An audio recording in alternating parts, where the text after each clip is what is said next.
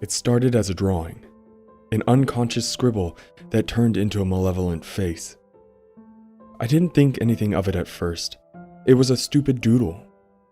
I was in a psychology lecture, listening to someone explain Milgram's obedience experiment, when my hand wandered the page aimlessly. It was a surprise at first to see such a simple, creepy face emerge from quick scribbling. It was scraggly and stupid. Just a pair of rough eyes and a Joker-like grin that was far too wide. But it was only a drawing. He was quiet at first. I would notice every few days that I'd be drawing the same horrid face in the corner of the page. I wasn't worried about it, of course. It was just ink. I'd barely think about it, just noticed every so often that the same image would emerge, and then that was it. I wouldn't draw him again for ages. I like to draw. I can't say I'm especially talented, but I have the basic skills. I did art for GCSE and had a few good marks, but I always needed inspiration from other people's work. My parents tried convincing me to take art at university, but I never listened. Psychology was my main interest. Art was just a stupid hobby with no hope for the future. Shading was my strongest point. I loved using a black pen or pencil to shade a simple still life. It was so therapeutic and I enjoyed it. But I was so surprised to see something I created from my own mind. It was nothing special, barely a doodle. It was 2 circles and a smile, nothing at all. After a while, it became creepy.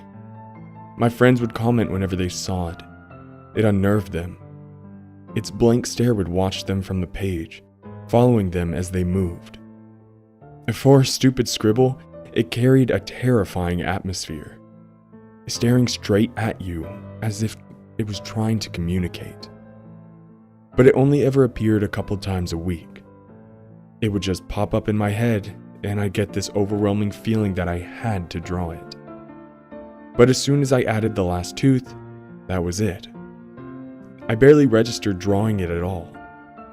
Every time my friends would complain, I'd just laugh. It sounded so stupid to be frightened by a sketch.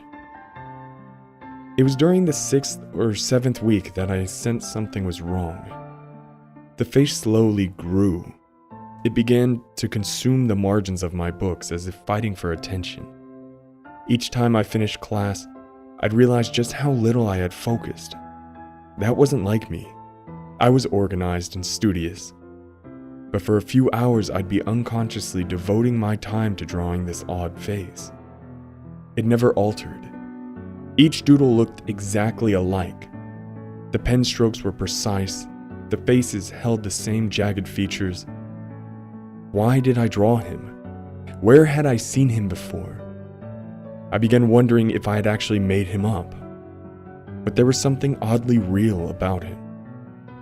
But it was only a drawing, of course. Weeks began to melt into each other as the obsession grew. My hand felt dead without the weight of the pen. I had to draw. I filled so many of my notebooks with just his face. The pages looked black with his features. I began feeling paranoid when I was deprived of drawing him. I couldn't think straight. It was like the thoughts didn't belong to me. That's when I realized he was something more. He was whispering to me. This thing I craved was actually alive and inside my head. We'd speak to each other whenever I was alone. In public, he'd speak and I'd listen instead of talking to someone real. My mind was clouded. I knew the rational response was to question it, but I couldn't. His voice was eerie but comforting. I'd only realized the insanity of the situation when he was quiet. When I was alone, I panicked. So many questions ran through my head, but they'd disappear every time he returned. Every day I began to see his face everywhere I went. Logos, smudges, other people's doodles, everything molded into the shape of that strange face. I felt panicked at first, but there was a relief in seeing him. I felt so much pleasure whenever I finished a page and stared at the many faces. It felt like an achievement, creating colonies of him in my books. It scared but excited me. This unnerving figure haunted me daily. He was everywhere. He was in my head completely. Drawing became my life. It was a need, an obsession. I would hide inside my room, not for myself but for everyone else. When I started to hear him constantly, I hid. If I drew him in front of people, they'd become hypnotized. It was only for a minute. Their face would contort into a surprised but curious expression. My friends would ask about him. They wanted to know where he came from, if I had created him for a purpose. The concern they originally felt dissolved into curiosity, and I was afraid they'd start drawing too. I could see the interest rise in the people I loved, and so I stayed away. I couldn't let him take them. I couldn't let him consume anyone else. My parents rang so many times, but I had to ignore them. As soon as I noticed their faces drift towards his, I knew I had to be alone. I had to cut myself off from the world to keep control. It was so difficult. I could feel his rage. I could feel his need to grow. Whenever I needed food, I ordered online. I needed to limit my interactions with others and lock him in. Sometimes, when I was tired from fighting, he would move a hand or jerk my chest. It was terrifying, but I stayed in control. I couldn't let him out. Even whilst outside, my hand would twitch. The absent pen was like a missing limb, a phantom addiction that would never cease. I had to leave my room on occasions for him to stretch out his legs. I tried to take him to secluded places. I didn't think he'd appreciate it, but he did. Our trips would strengthen him, but they also meant that he'd loosen his grip of me. For a few days, out of gratitude. A strange relationship began to grow between us. After a few months, I understood why he gave me those days to breathe. He was just getting started. There was so much more to his plan. The impulse to draw would turn into an excruciating pain. It was impossible to be empty-handed. I needed the pen. There were days when I'd black out, waking from unconsciousness, still holding a pen of some sort. I could feel tendrils of darkness squirm inside my arms, taking control of my tendons, forcing me to draw. Very quickly, ink became useless. We experimented with so many things. Paint, chalk, wood, charcoal, anything I could obtain, but he was never happy. He wanted more. He wanted a tool with more life. When the voices began, that's when I knew I was trapped. This thing had captured me, entranced me into his world. I would draw until my fingers bled and the pages ran out. He planted his image into my mind and tortured me until I could capture it in reality. He wanted to be seen. He wanted to be a part of our world. But who or what was he? I never knew what he wanted, and I'm not sure that I ever truly found out. The blackouts went from days to weeks. Instead of pages of ink, there were pages of blood. My hands would be scratched, sliced, and bleeding constantly. They never healed. Each time they scabbed over, they'd be ripped again. He loved working with blood. My nails had somehow grown into claw-like razors covered in my shriveled flesh. I never remembered the moments he took over. I just remember waking up in intense pain. The first time I awoke from a blackout, I screamed in horror. The room was covered in my blood, in his face. The blood-splattered knives lay about the floor, each one dulled from the night he spent with them. Each time, he never went on or above the wrists, never hurt anything other than my hands. He couldn't risk hitting an artery. I'd spend so many hours crying, pleading him to leave.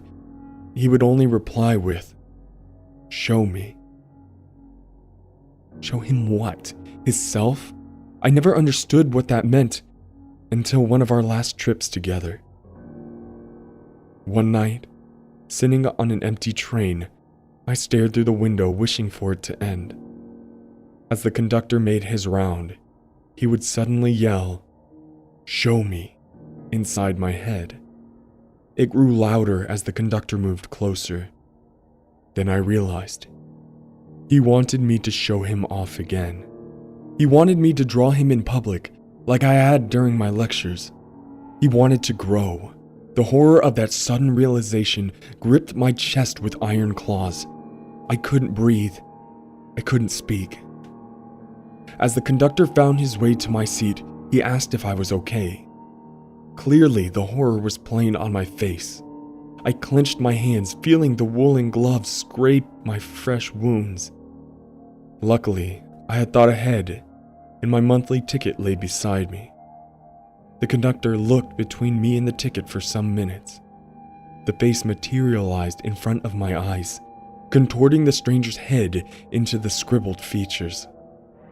I pointed at my ticket and laid my head against the window as a sign to be left alone. The conductor sensed my anxiety and left the carriage after scrutinizing the ticket. I heard him speaking to the driver soon after. He was concerned for me and was told to keep an eye out.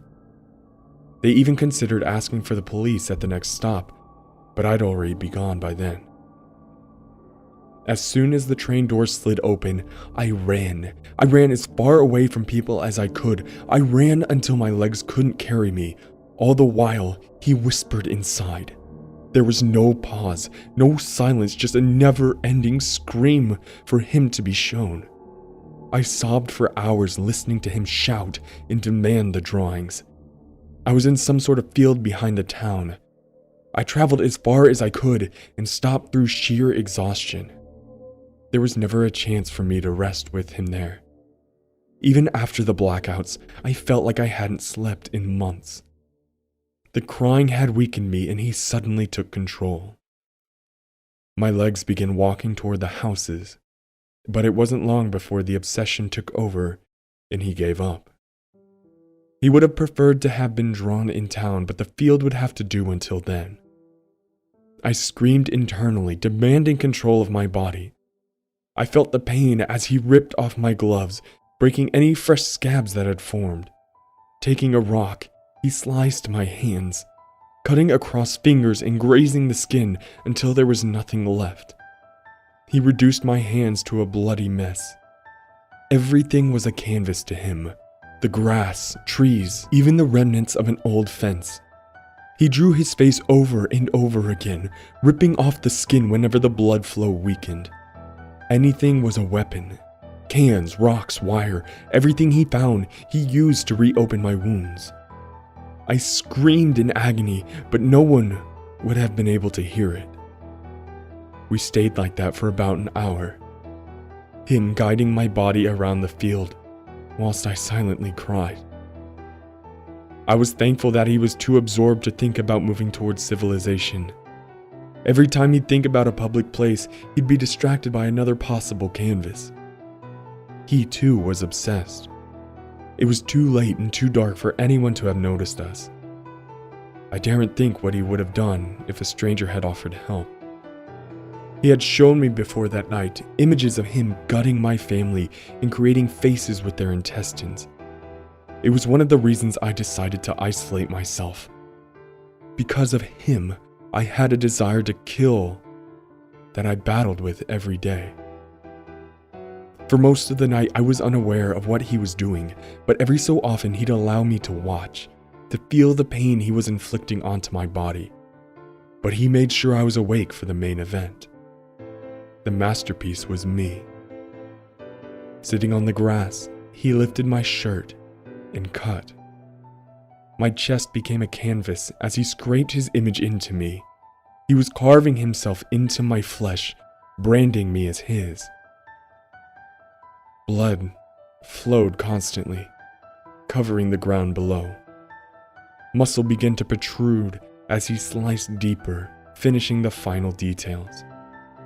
My body ached all over. The pain radiated through every nerve. I cried and screamed and begged for him to kill me, but mercy never came. I just writhed in pain, hearing him laughing maniacally. Once my body grew weak from the blood loss, he let me go. He gave control back to me. He drifted to the back of my mind, allowing me to rest. I lay on the grass for hours, covered in a pool of my own blood. I was so tired. I was scared to sleep, but I couldn't help but drift off every so often. I was so weak. He laughed at me, proud of his masterpiece, but he wasn't finished. I knew that. It had to be stopped, somehow. I had to be stopped. In the silence, I heard a faint rushing sound in the distance. Water. Raising my head, I could see the tall banks of a river's edge. Without thinking, I carried myself off the ground. I had hardly any strength, but I was determined to walk. There was no reasoning, no thought process, I just walked. The voices halted out of confusion, waiting to see what I'd do. But I didn't know. I just had to reach the water. Scared, he started moaning, asking me to stop. I'd trip as he tried to manipulate my legs, but I couldn't rest. I was compelled forward. I had to stop him somehow. It felt like hours until I reached the edge of the water, but it must have only taken minutes. He screamed, sensing my plan, but I was too tired. I just wanted it to stop, wanted him to leave. Looking over, I smiled with relief at the rushing water. Exhausted, I fell.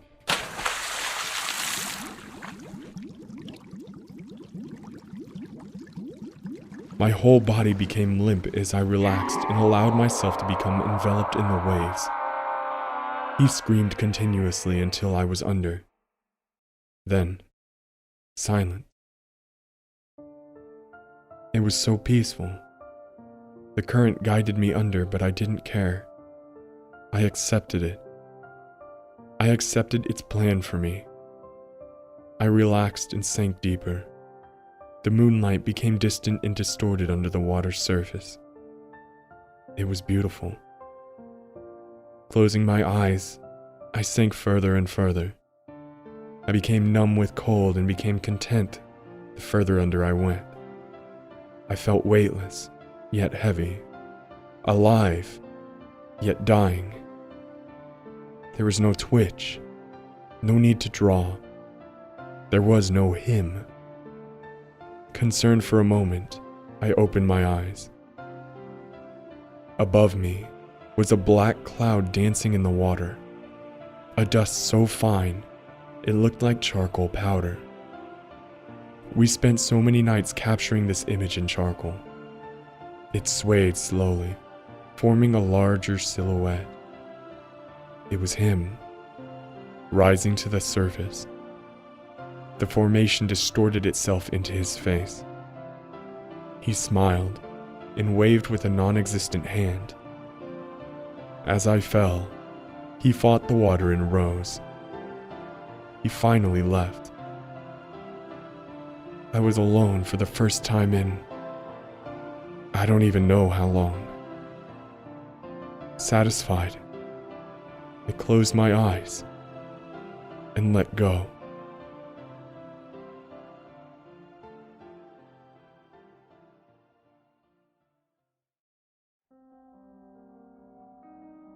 Well, ladies and gentlemen, wasn't that a terrifying creepypasta? That was actually sent to me by a subscriber, Xenix Griff.